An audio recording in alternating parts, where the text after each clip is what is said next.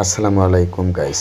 আজ আমি আপনাদের মাঝে জানিয়ে দেব যে আমরা এই বিল্ডিংটার বেস 12 মিলি রড দিয়ে করানো হয়েছে এবং কলমের পিঞ্জরা বানানো হয়েছে 16 মিলি রড দিয়ে। এভাবে কাজ যে আমরা করছি ইউনিটের কাজ। আসলে মালিককে বলা হয়েছে যে আমি এই মধ্যে 1 ইউনিটের কাজ করব। তো এইভাবে প্ল্যানে করে 1 ইউনিটের যে কাজ করা হয়েছে পুরা আমরা এই ভিডিওতে বলিয়ে দেব এবং বুঝিয়ে দেব বিল্ডিংটার ভেতরে কি অবস্থান। তো আমরা আসলে ভিডিওটা চোখ রাখবো, দেখব কিভাবে কাজ করা হয়েছে। আমরা সিঁড়িটা করছি, রাইজার আছে 5 ইঞ্চি, হ্যাঁ, ধাপ আছে 10 ইঞ্চি।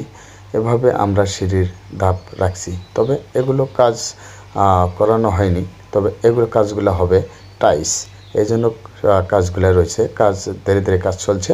তো আমরা আসলে এইভাবে মূল কাজগুলো যে করতেছি, যে আমরা তার ভেতরটা দেখব কিভাবে হচ্ছে। তো বিল্ডিংটা আসলে পাশেই আরও 1 ইউনিট যে হবে তার এইদিকে আমরা কাজটা এগিয়ে নিছি।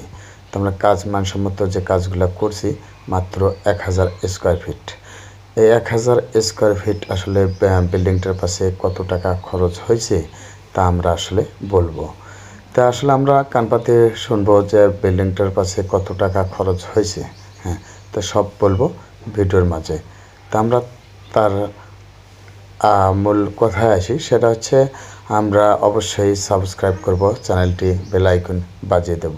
নতুন নতুন ভিডিও পেতে আপনাদের সামনে আসা যাবে এরকম নতুন নতুন আরও ভিডিও।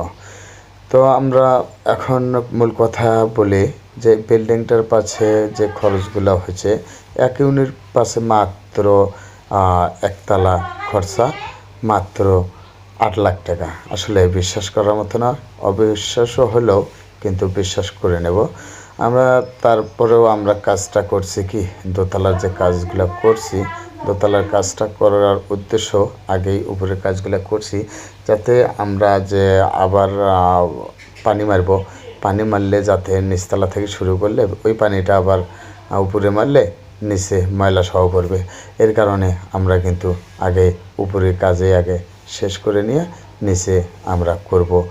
এই মতে আমরা আসলে কাজটা এইভাবে করে নিচে আছি। তো ছাদের উপরে দেখতে পাচ্ছেন এটা সিঁড়িকোটা।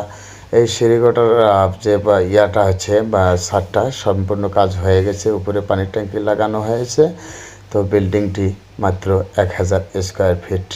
তো আসলে এই পর্যন্ত আমরা যে বিল্ডিংটা করছি, তো বিল্ডিংটা এমন আসলে মানসম্মত কাজ, তা আমরা সবসময় খেয়ালে রাখবো। অদক্ষ